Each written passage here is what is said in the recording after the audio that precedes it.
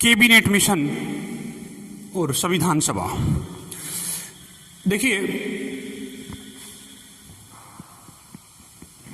Cabinet mission और संविधान सभा। संविधान सभा का निर्माण कैबिनेट मिशन के आधार पर किया गया है। कैबिनेट मिशन का इस पर सर्वाधिक प्रभाव है। मैं आपको बता चुका कि कैबिनेट मिशन 3 सदस्य था। कितने सदस्य था? 3 सदस्य था। मैं आपको विदित करवा चुका कि 3 सदस्य कौन कौन से थे। पहला, पैथिक लॉरेंसिस के अध्यक्ष एवी अलेक्जेंडर और स्टीफर्ड क्रिप्स 2 सदस्य इसके थे। ये भारत आता है, कब आता है? 24 मार्च 1946 को।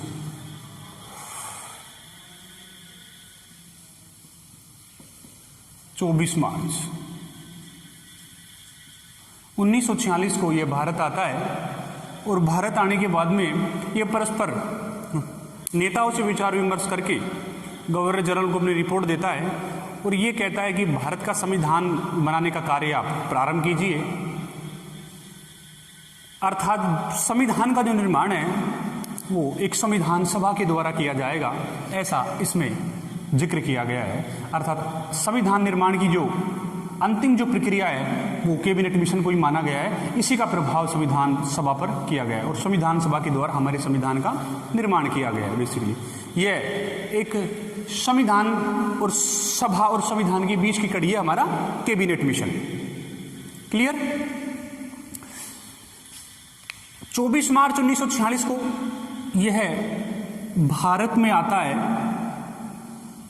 और अपनी रिपोर्ट देके वापस लंदन में चला जाता है। अब यहां से संविधान निर्माण की प्रक्रिया प्रारंभ हो जाती है कि किस प्रकार, किन परिस्थितियों में हमारे संविधान को निर्माण किया जाएगा। इसके लिए एक कमेटी का गठन किया जाता है। वो है आपकी ड्राफ्ट कमेटी अर्थात प्रारूप समिति, पांडुलेखन समिति, कई उपनाम है इसके, जिसके अध्यक्ष होते हैं डॉक्टर भीमराव अंबेडकर। वो इस संविधान को बनाने का कार्य करती है और 29 अगस्त 1947 को इसका गठन किया जाता है इस समिति का। बाद में फरवरी 1948 में अपनी रिपोर्ट देती है और संविधान का कार्य इस समिति के द्वारा किया जाता है। अब इससे पहले संविधान सभा का जो गठन है उस पर अपन चर्चा कर रहे थे, इसको लेते हैं कंटिन्यू। देखिए,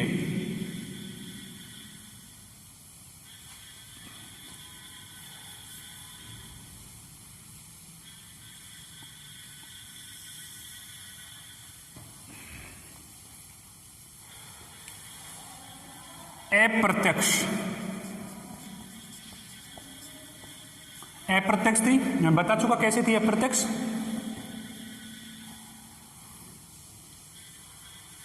आंशिक रूप से निर्वाचित और आंशिक रूप से मनोनीत।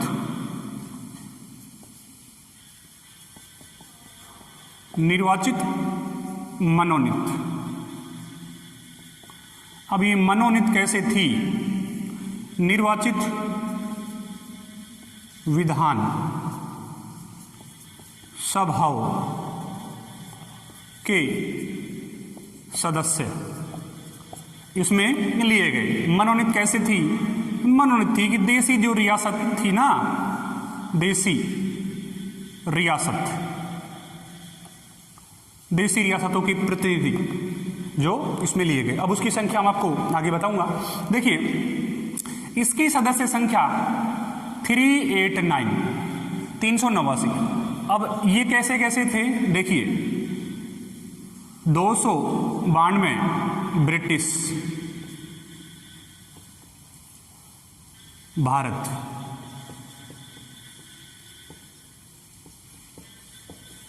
प्रांतों से 4 चीफ कमिश्नर,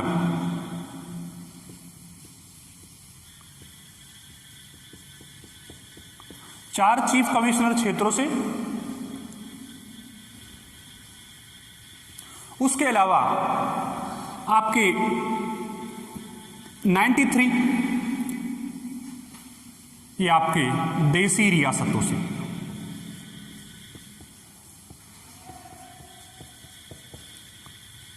देसी रियासतों से लिए गए। क्लियर? 93 सदस्य देसी रियासतों से, 4 चीफ कमिश्नर 292 ब्रिटिश प्रांतों से, यानी कि टोटल 389 का अपने डिवाइडेशन कर दिया कि 292 ब्रिटिश प्रांतों से, 4 चीफ कमिश्नर और 93 देसी रियासतों से ये लिए गए। क्लियर? अब देसी रियासतों को अलावा ये आता है कि निर्वाचित कितने थे। क्वेश्चन आता है कि निर्वाचित सदस्यों की संख्या कितनी थी? 296, 296। क्वेश्चन आता है कि निर्वाचित सदस्यों की संख्या कितनी थी? 269, 296। अर्थात मनोनीत तो कितने थे? मात्र 93। तो 389 इस प्रकार इसकी सदस्य संख्या थी। अब देखिए, एक सदस्य, एक जो इसका सदस्य है वह 10 लाख की जनसंख्या का प्रतिनिधित्व करेगा। एक सदस्य 10 लाख का प्रतिनिधित्व करेगा। एक सदस्य 10 लाख की जनसंख्या का क्या करेगा? प्रतिनिधित्व करेगा। यानी कि जनता की भागीदारी संभव नहीं थी, कंडीशंस ऐसी नहीं थी कि जनता का वयस्क मताधिकार इसमें लिया जाए। तो इसका जो आधार है वो विधानसभा के सदस्यों को लिया गया, और इसमें एक सदस्य 10 लाख की जनसंख्या का प्रतिनिधित्व बेसिकली करेगा। इसमें एक बात और है कि ये जो संविधान जो सभा है ये अंतरिम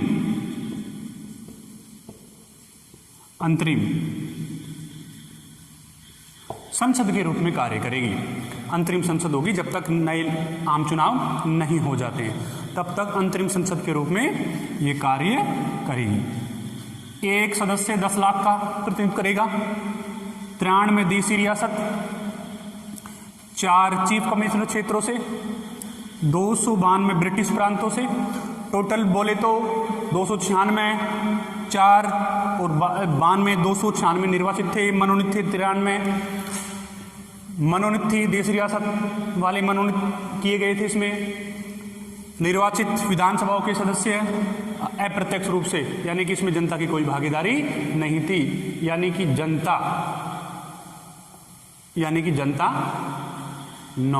जनता को कोई भागीदारी इसमें नहीं दी गई थी बेसिकली। तो ये संविधान का जो गठन है, संविधान का गठन है, इस प्रकार किया गया बेसिकली। अब इसको आगे कंटिन्यू लेते हैं। अब संविधान कैबिनेट मिशन भी हो गया हमारा। तो अब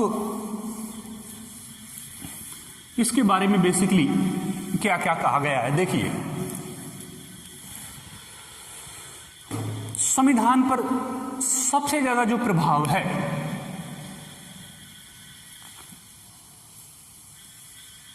वो है 1935 के अधिनियम का, लेकिन उससे पहले 1773 का, 1773 का रेगुलेटिंग एक्ट के बारे में चर्चा करेंगे। क्या कहता है रेगुलेटिंग एक्ट 1773? देखिए, इसके कुछ प्रावधान से 1773 में रेगुलेटरी एक्ट का गठन किया गया। ये क्या कहता है? ये कहता है कि जो ईस्ट इंडिया कंपनी है, ईस्ट इंडिया कंपनी पर नियंत्रण रखने के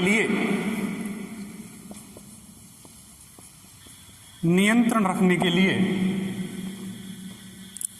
बोर्ड ऑफ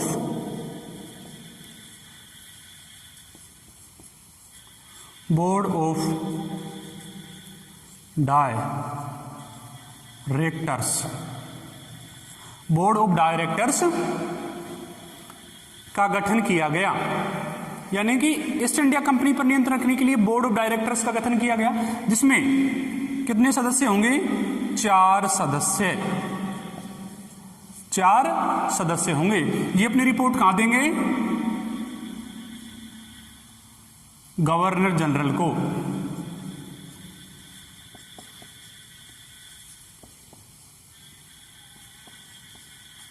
ये अपनी रिपोर्ट कहां देंगे?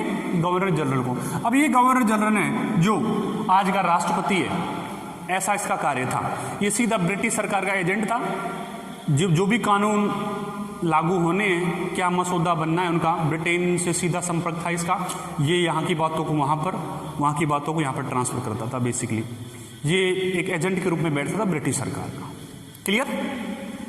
गवर्नर से गवर्नर जनरल। अब देखिए, अब यहीं पर गवर्नर जनरल का पद बेसिकली आता है। तो अब पहले गवर्नर जनरल बंगाल के वारेन हेस्टिंग्स, वारेन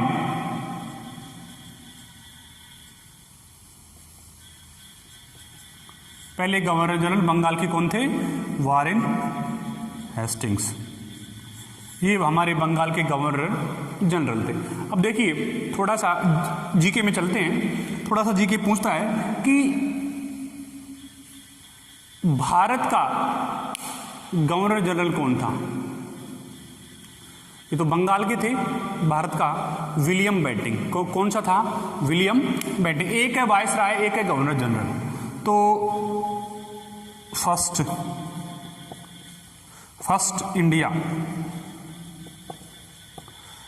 इंडिया का कौन है?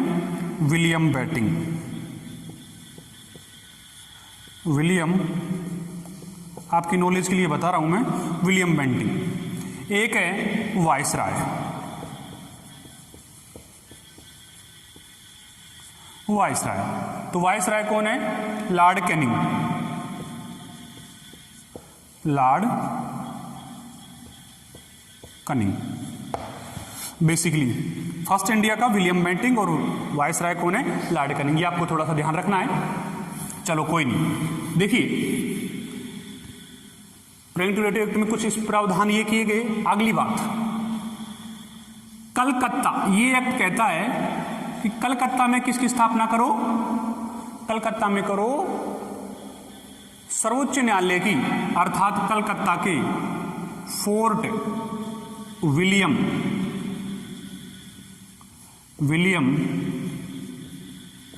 कॉलेज में क्या किया गया? सर्वोच्च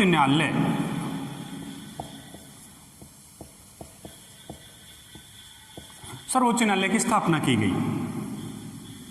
सर्वोच्च न्यायालय की स्थापना तो हो गई, तो पहले न्यायाधीश कौन होंगे? बोले एलिजा एमपी। कौन?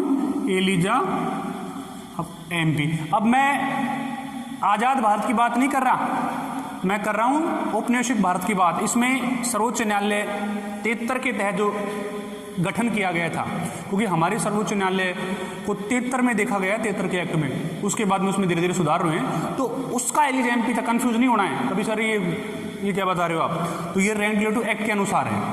एलिजा एमपी सर्वोच्च न्यायालय के पहले न्यायाधीश थे। अब इसमें सदस्य संख्या कितनी थी?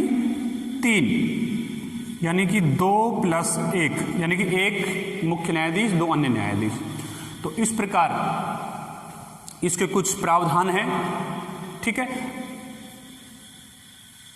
अब संविधान निर्माण की जो सबसे पहली सीडी है, सबसे पहली संविधान की प्रथम सीडी की इसको बेसिकली संज्ञा दी जाती है। क्लियर? तो अब आगे चलते हैं।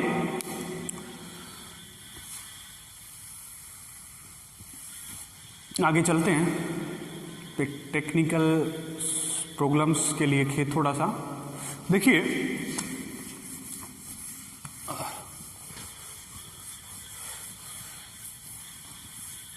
अब थोड़ा सा 35 के अधिनियम को ले लेते हैं। 1935 का अधिनियम बेसिकली क्या कहता है?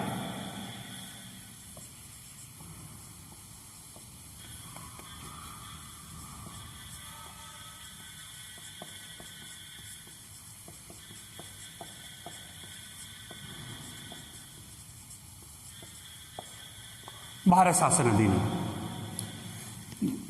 देखिए 60% हमारे संविधान को इसी से ग्रहण किया गया, बिल्कुल ऐसे की ऐसे 60% संविधान ग्रहण किया गया इसे, ठीक है। लगभग 200 अनुच्छेद लिए गए, 200 आर्टिकल्स है, 60% भाग है। अब देखिए अंबेडकर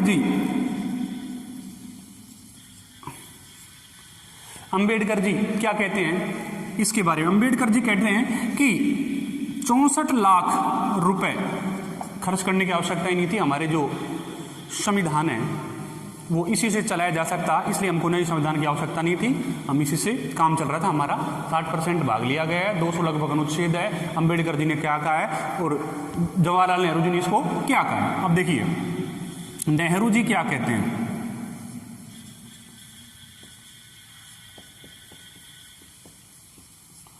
जवाहरलाल नेहरू क्या कहते हैं? दासता का घोषणा पत्र,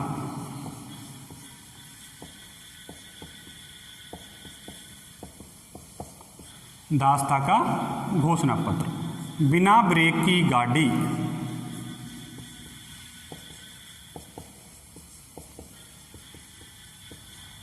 बिना ब्रेक की गाड़ी, दासता का घोषणा पत्र, बिना ब्रेक की गाड़ी। जेनिंग्स क्या कहता है? एक अंग्रेज विचारक है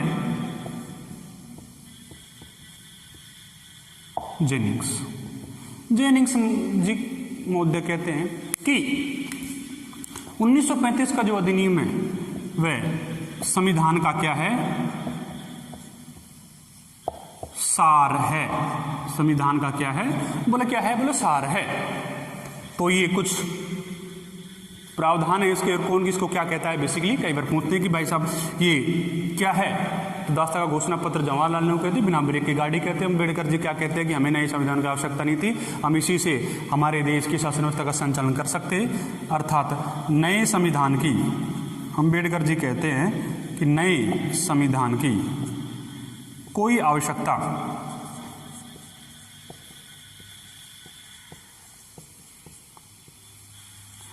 आवश्यकता नहीं थी, हम इसी से निर्माण जो हमारा शासन है वो कर सकते थे, इसलिए ये भी हो गया हमारा। अब संविधान सभा के जो कार्य हैं उनकी चर्चा करेंगे। बेसिकली क्या हैं उसके कार्य, उनको थोड़ा देखेंगे।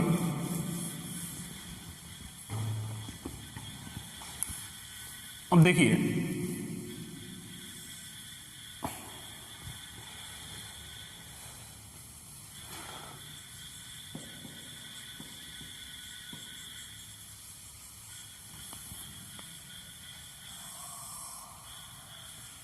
कार्य,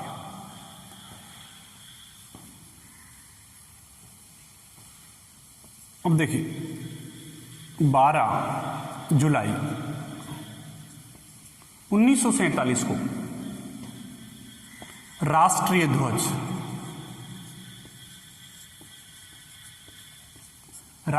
को अपनाया गया।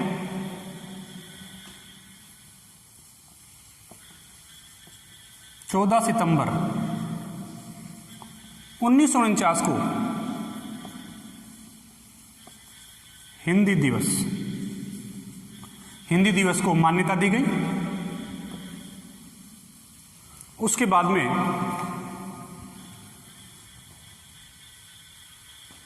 22 जुलाई राष्ट्रीय दिवस, 14 सितंबर 1949 को हिंदी दिवस, उसके बाद में बेसिकली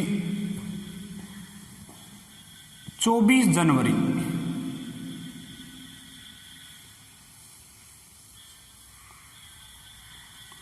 1950 को राष्ट्रगान,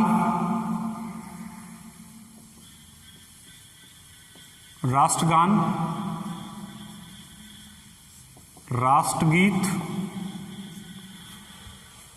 और हमारा फर्स्ट राष्ट्रपति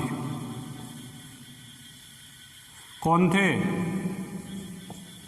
डॉक्टर राजेंद्र प्रसाद। ये 3 कार्य किए गए। राष्ट्रगान, राष्ट्रगीत, राष्ट्रपति का निर्माण किया गया, राष्ट्रपति पद अस्तित्व में आया। डॉक्टर राजेंद्र प्रसाद हमारे प्रथम राष्ट्रपति थे। क्लियर?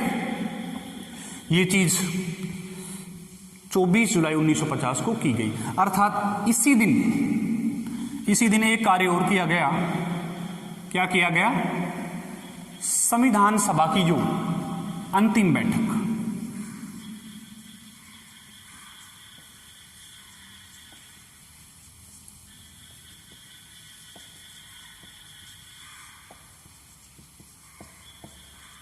अंतिम बैठक की गई। संविधान सभा की अंतिम बैठक की गई। बेसिकली ये कार्य संविधान सभा के द्वारा किए गए। प्रारूप समिति का गठन किया गया।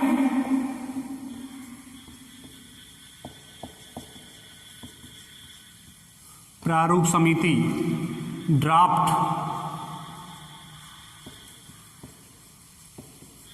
ड्राफ्ट समिति, पांडुलेखन समिति, पांडुलेखन समिति। इसके अलावा भी बहुत सारी समितियां के द्वारा संविधान सभा ने कार्य किए। इसका जो अध्यक्ष है वो है डॉक्टर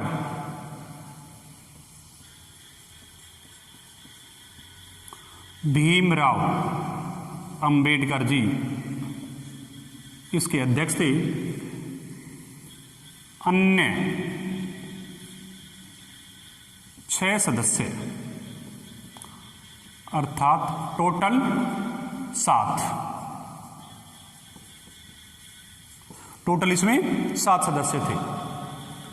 मोहम्मद सादुल्ला, अंबेडकर, के.एम. मुंशी, गोपाल स्वामी आयंकर, कृष्ण स्वामी अय्यर, माधवराव, ये कुछ अन्य इसके सदस्य थे, जिसमें युधिष्ठिर की भूमिका अर्थात बड़े भाई की भूमिका किसने निभाई थी? डॉक्टर भीमराव अंबेडकर ने इसमें महत्वपूर्ण भूमिका निभाई थी। उन्हीं के द्वारा, ऐसा माना जाता है कि सारा काम उन्हीं के द्वारा किया गया। संविधान सभा के द्वारा जो संविधान लिखा गया वो उसमें ड्राफ्ट कमेटी का बड़ा ही महत्वपूर्ण रोल था। तो इस प्रकार इसने समितियों के माध्यम से कार्य किया और हमारे संविधान को लिखा। अब देखिए, संविधान सभा की अंतिम बैठक 24 जनवरी 1950 को होती है। 24 जनवरी 1950 को होती है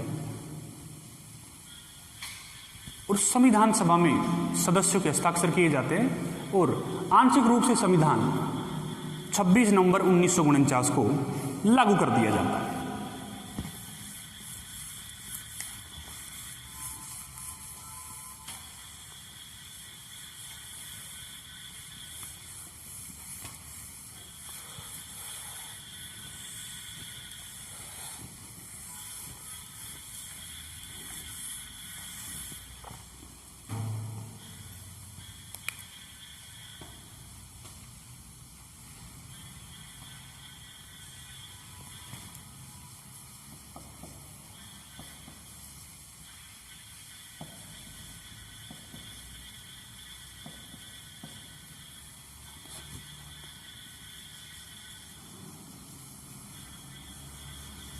आंशिक संविधान, आंशिक रूप से संविधान को कब लागू किया गया? आंशिक रूप से संविधान को लागू किया गया 26 नवंबर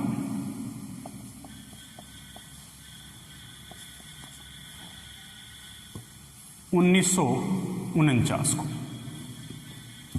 लगभग 15 आर्टिकल्स इसमें लागू किए गए, अर्थात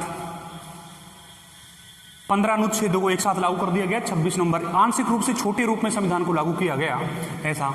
अब इसी में इसको एक विधि दिवस के रूप में इसको मनाते हैं। अब देखिए,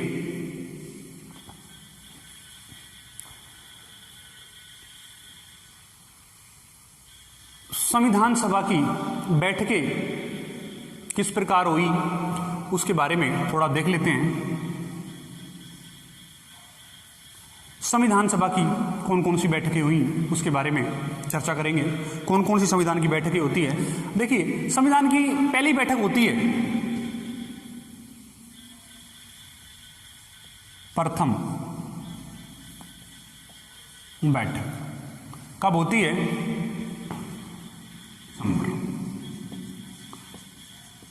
1946। द्वितीय बैठक है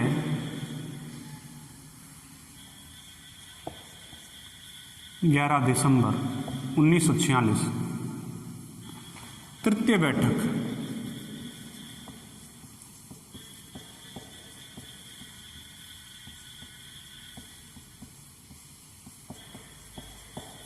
अब देखिए, पहली बैठक में क्या होता क्या है? पहली बैठक में अस्थायी अध्यक्ष,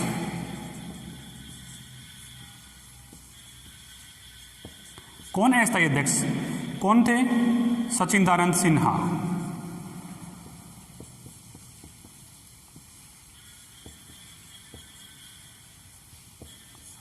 सचिदानंद सिन्हा अस्थायी इसके अध्यक्ष थे। इसमें एक ये कार्य किया गया। दूसरी जो बैठक है इसकी, इसमें स्थायी अध्यक्ष का चुनाव किया गया। स्थायी अध्यक्ष कौन थे? डॉक्टर राजेंद्र प्रसाद।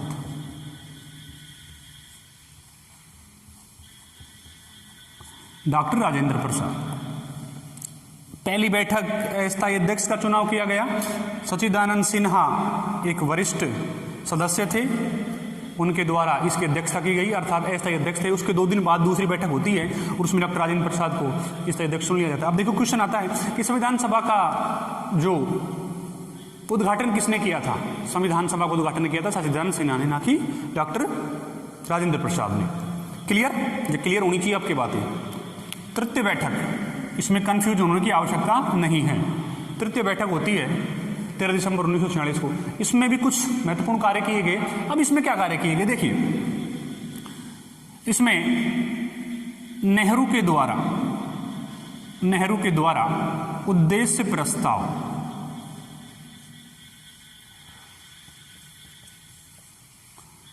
प्रस्ताव रखा गया। क्लियर? कब रखा गया आपको बताइए? 13 दिसंबर 1946 को पारित, 22 जनवरी 1947। कंफ्यूज होने की आवश्यकता नहीं है इसमें। इसके बाद में बेसिकली उपाध्यक्ष का चुनाव किया गया। किसको बनाया गया? बोला एस सी मुखर्जी को बना दो। किसको बना दो? एस सी मुखर्जी को बना दो। ठीक है साहब, बना दिया। एस सी मुखर्जी को उपाध्यक्ष बनाया गया। और एक है, बोले संवैधानिक सलाहकार किसको बनाओगे? बोले BL राव को बना दो, जिन्होंने अंबेडकर जी के साथ में बड़ी भूमिका निभाई है। युधिष्ठिर था ना अंबेडकर जी, समझ रहे हो ना? तो ऐसे उसमें उसने ड्राफ्ट कमेटी है, उसमें अंबेडकर जी के बड़ी शिद्दत से कार्य किया, तो इसलिए उनकी योग्यता को देखते हुए उनका प्रमोशन कर दिया और तीसरी बैठक में उनको संवैधानिक सलाहकार के रूप में उनकी नियुक्ति कर दी। संवैधानिक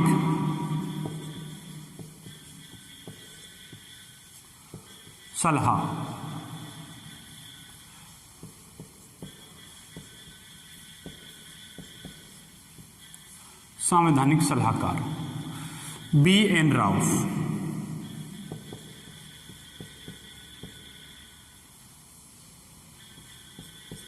BN राव को बनाया गया। इस प्रकार हमारा आंशिक रूप से संविधान 26 नवंबर 1949 को, पूर्ण रूप से 26 जनवरी 1950 को किया गया। यहाँ तक आज की वीडियो में इतना ही। कंटिन्यू इसको कल नेक्स्ट वीडियो में लेते हैं। धन्यवाद।